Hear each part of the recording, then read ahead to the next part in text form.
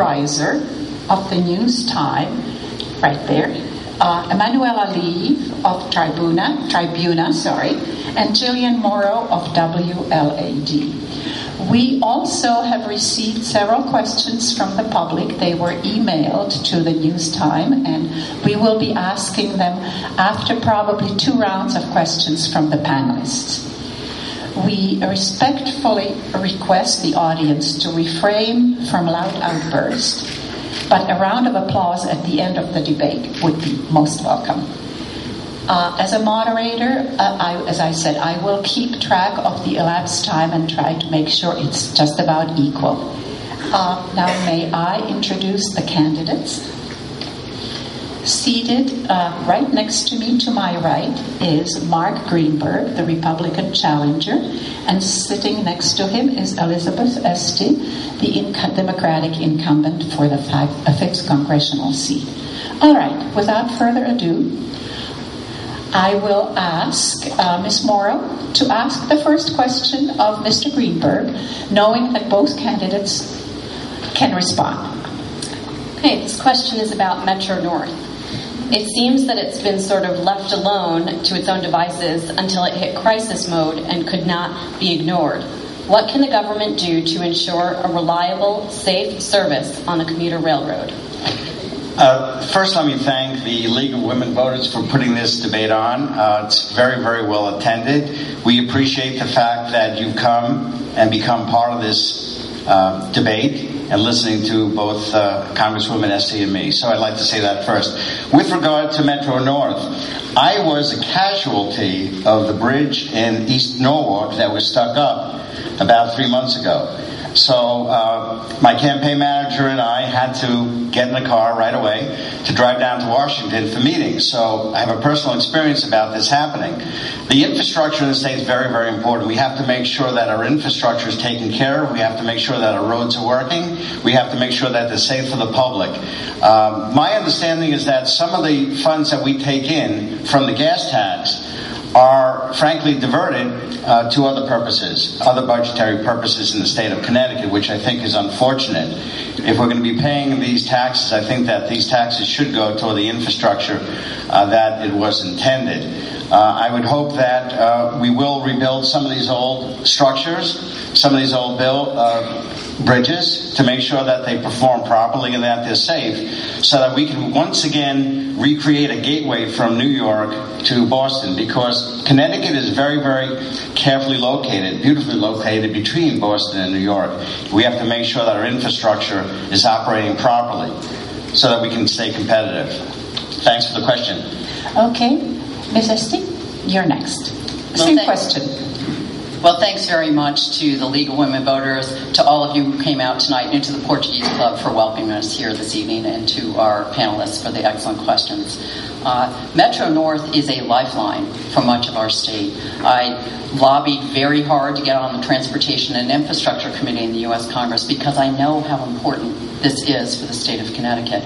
When I was on the town council in Cheshire, it was one of the first issues that was raised by small businesses in a town like Cheshire, like we need a better transportation system.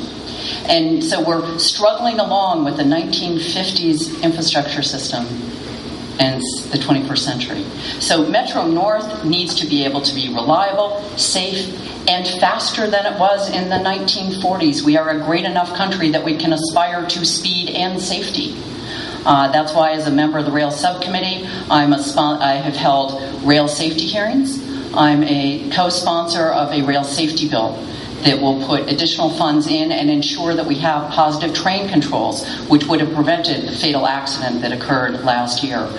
Ensure that we are shoring up and using technology well and in a smart way to keep our trains safer. Folks here in Danbury know how important it is to use the Danbury line as part of commuting into New York. It is absolutely vital to the future of the state, to the competitiveness of Connecticut, that we increase our investment. And it is a long-term investment that's needed. We should not wait until the bridge falls down or the train derails until we make the kind of long-term investments that built this country that made it great. And that's why I'm going to continue working hard with the Secretary of Transportation. Was pleased that we were able to get a $14.4 million grant for Waterbury to deal with their transportation needs. And I know because I travel I-84, that portion that's being done on the other side of Waterbury needs to be extended from Waterbury all the way to Danbury to make it possible to move around this part of the state and this part of the district better too, and I'll continue fighting for that. Okay, Mr. Greenberg, do you have anything to add to that? Oh, no, other than that the East Norwalk Bridge is 150 years old, so we have to do something to improve our infrastructure to become competitive again and make sure that it's safe for our folks. Okay, Ms. Morrow, did you want to have a follow-up question on this topic, or shall we move on? Okay. Question number 2 will be posed by Ms. Leaf, and it will go to Ms. Esty first.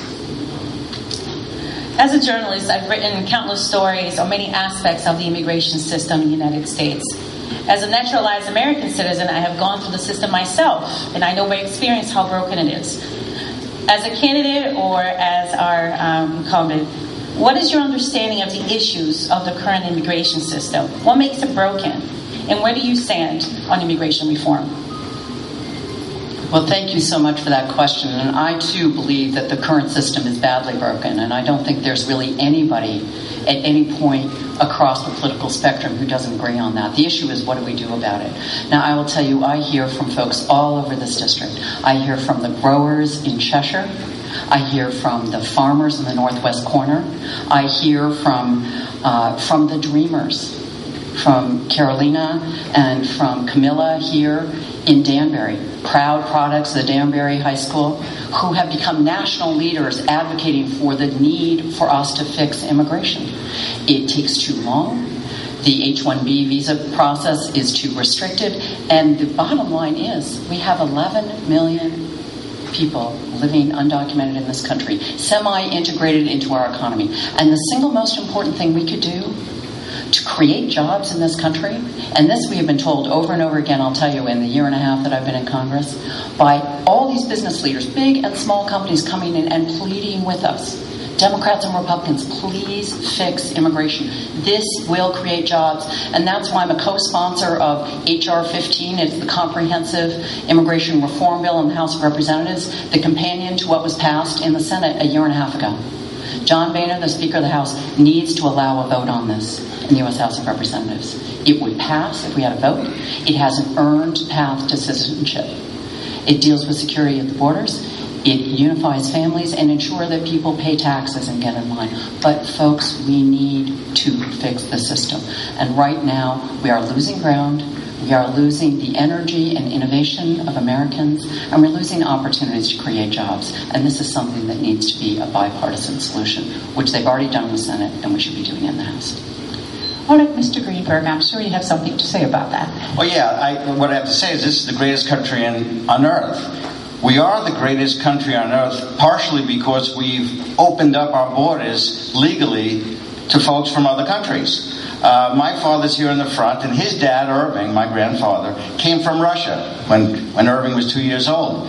And on the other side of the family, they came from what was Austria-Hungary in the 1860s, 1870s. We are a country of immigrants. We're great because of that. We have to, however, make sure that we streamline the process so that folks who want to come into this country can come in without much delay legally. Now, we have to also make sure that our borders are secured for many reasons. We have to make sure that diseases don't find their way over our borders. We're dealing with this right now. We have to make sure that the folks who are trying to become legal immigrants see that we're not making it easier for other people, illegal immigrants, to buck the system, because we are a country of laws. We need to abide by the laws.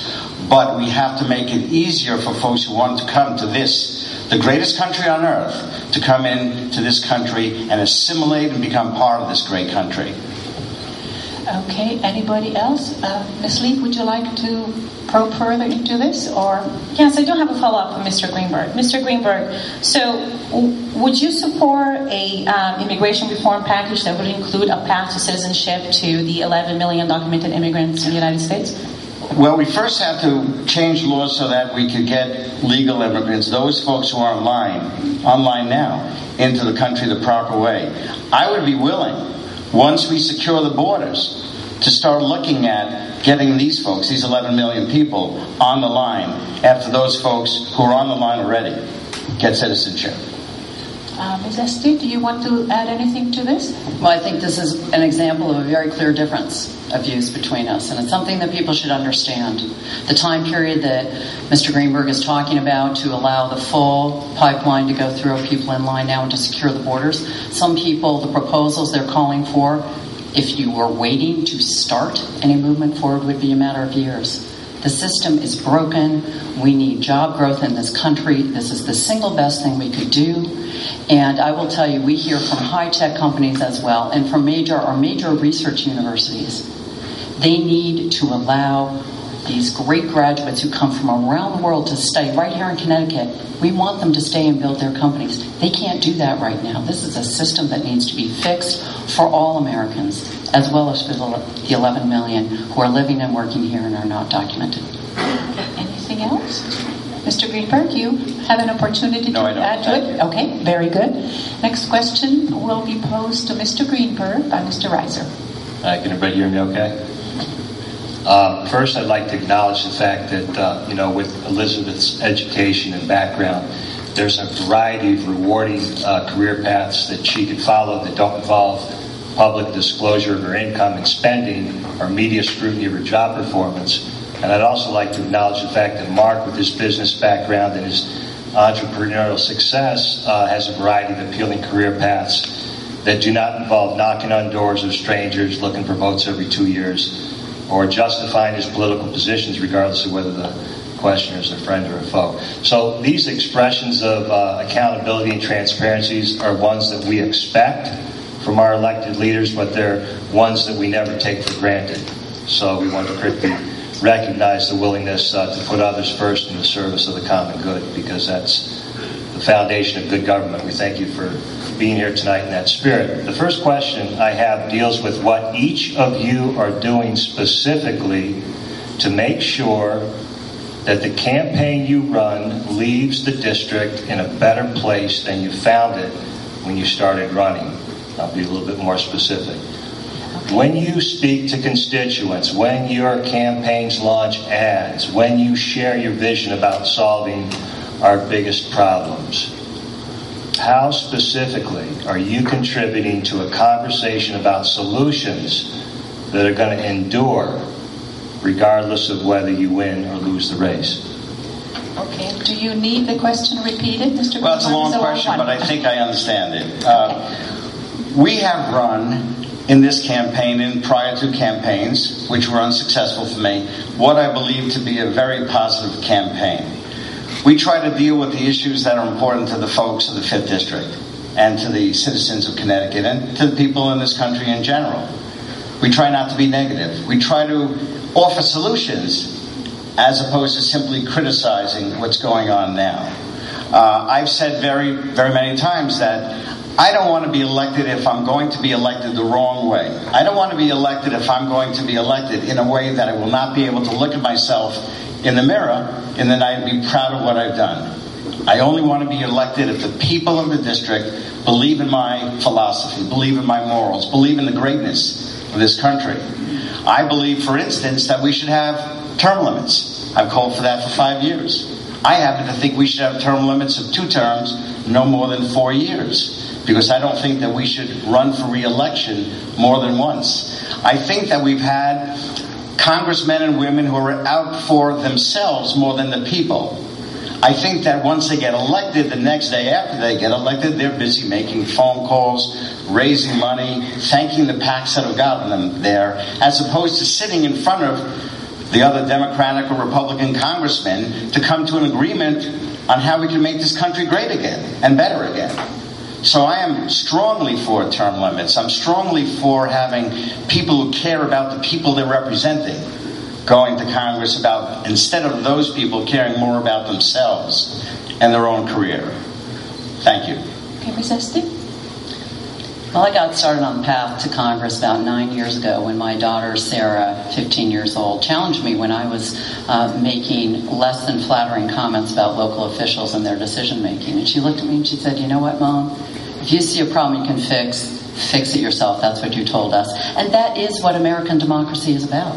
It is about ordinary citizens, PTA moms and dads, business owners, immigrants, running for office, trying to make sure that this precious thing, American democracy, works better. And I am a strong believer in that.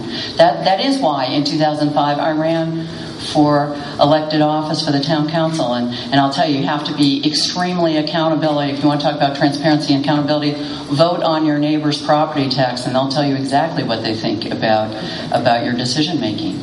I wish everybody in Congress had served in local office in Connecticut because it is an extreme form of accountability that I think is really important and valuable. And those experiences, having served in local office and made those tough budget decisions. But it is also about investing and believing in this country. And elections are about choices. And in order to have choices, people need to know where we stand.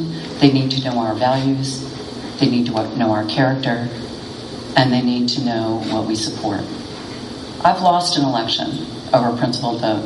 I don't think you should run for office if there's nothing you'd lose your election over.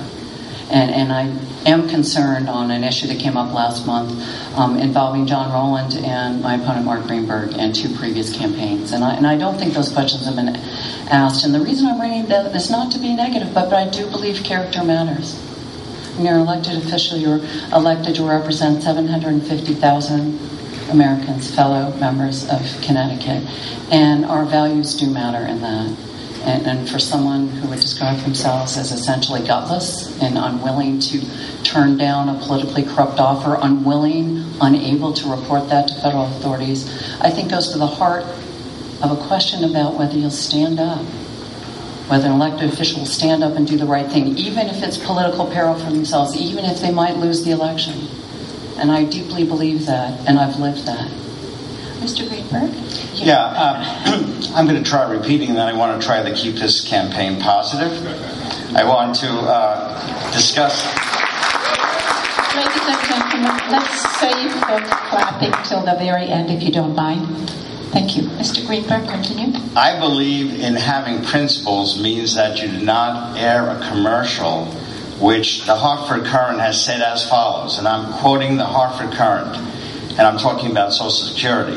Instead, all of Greenberg's words have been presented in dramatically misleading fashion in support of an overall claim that Greenberg wants to end Social Security's guarantee. That is unsubstantiated by the facts. Accordingly, we rate this ad false. Let me just say on this, I believe in Social Security benefits for all seniors. I believe that the system should give back to those people who put in. I believe we should have a discussion about it. It is patently clear that if we do nothing about it, this system will fail. Yes, I said this system will fail. I have the guts to say that to you people and to Congresswoman Esty. Let's have a discussion about it. Let's not bury our heads in the sand. Let's not kick it down the road. Let's discuss it. Let's be smart enough to know that issues that we have need to be corrected. That is leadership. Okay, Mr. Reiser, did you have a follow-up question or? No. Okay, anything more to add on that? Okay, then we will go once again to Ms. Morrow, who will ask the next question of Ms. Esty. The cost of a higher education is continuing to climb and becoming cost prohibitive to many. What can the federal government do to address tuition hikes and/or student loan costs? All right. Well, it's an extremely important question. As a mother of a 25, 22-year-old, 19-year-old, I'm well aware of just how difficult that is for many families. When I was all over the district asking people what was going on in their lives, finding out what their top concerns were this summer, one of the top 3 issues was education and the affordability of higher education. In this country, we believe strongly that education is the key to good jobs, to a middle-class life. We tell our kids, work hard, study at school, go on and get an advanced degree, and you'll have a great job. But that's getting out of reach for too many American families. It's one of the reasons I worked so hard summer before last, because unfortunately the Tea Party allowed interest rates to double on student loans. That was costing thousands of dollars for folks in Connecticut. We were able to undo that and drop the interest rates in half. I'm a co-sponsor of a bill that would allow private industry student loans to be renegotiated, to be at a lower rate, to, again, we want to encourage people to stay in school. We want to encourage our young people to finish their degrees and then to raise their families here. And if it becomes out of reach, that's a problem for all of us. And frankly, I think it's important that we understand there's a linkage too. We're going to see problems in the housing market because right now, young people are so burdened by student loans, they're not buying houses. And that's going to have an impact across the construction industry. It's going to have an impact around the state. We're beginning to see it already. So again, this needs to be a bipartisan solution, working together to find ways to keep those rates lower and to work with our universities to bring those tuitions down. Okay, Mr. Greenberg, your response? Yeah, You're a little behind on the time, so feel free to expand. We have a great aerospace industry in this state. We always talk about companies leaving the state, but I'm going to talk tonight about the fact that we have tremendous machinists, technicians, skilled workers in companies like Admiral in New Britain that just won a large contract with Pratt & Whitney. I'm going to say something which may be a little bit controversial. I not think that every person should go to liberal arts school. I think perhaps we should have some of our young people going to vocational school, going to learn the skills that Admiral Corp need in their people. Admiral Corp needs people to work in New Britain at the cleanest possible manufacturing facility that I've seen. I've seen a lot of manufacturing facilities. A lot of them are clean. We have an opportunity in this state to bring back manufacturing, to make these aerospace parts, these Pratt & Whitney engines, the greatest in the country, in the world. So maybe what we should do is encourage some folks, some young kids, some young adults, to go to vocational schools to fill these jobs. These jobs are offering $25 per hour starting out. These employers are willing to pay for the education at these vocational schools for these folks. So maybe we should change our outlook again. Let's become a manufacturing giant again in Connecticut. Now, in terms of the student rate interest rates, we're charging 6.5% to 7% for those loans. I think that's crazy, frankly, because the government borrows at a much lower rate. I think that the government should reduce those rates. I think they should. They have to make the burden of these loans for these people, these young children coming out of school, a little easier. And by the way, young people are not coming back to Connecticut.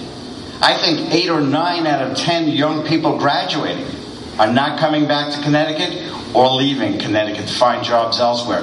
Let's work on making this state great again. I like to say that from 1991 to 2014, we've gone from first to worst. Let's make the next 20 years from worst to first again, and let's do it by making sure that we deal with the skills that we have, the tremendous labor force that has skills that unfortunately are growing older among our population. Let's let younger people learn these skills so we can be great again in this state. Thank you. Anything more to add on this issue? Please do. Yes.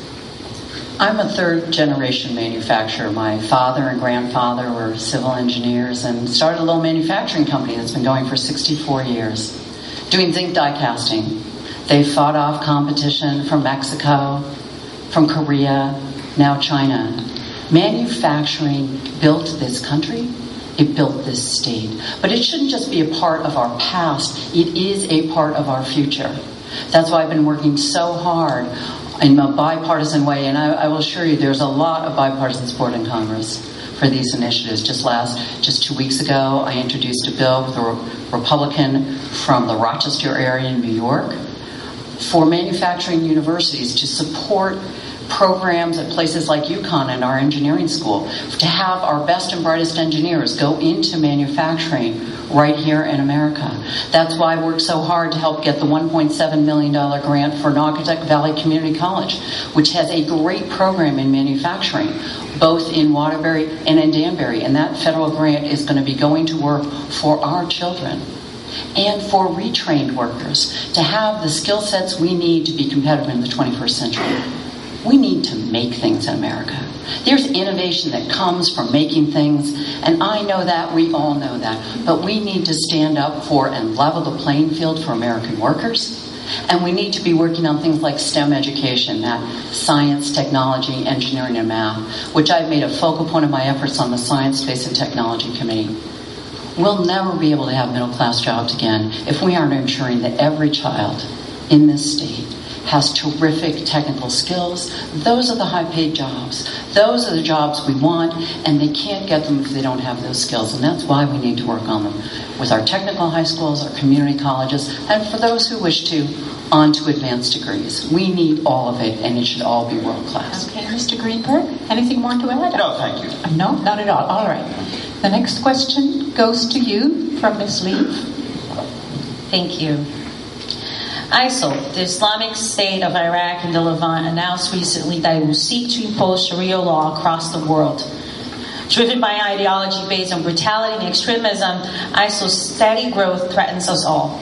In your opinion, how should the United States deal not only with deterring the brutal violence that ISIL spreads, but also the proliferation of its ideology? That's for me? Yes. Yeah.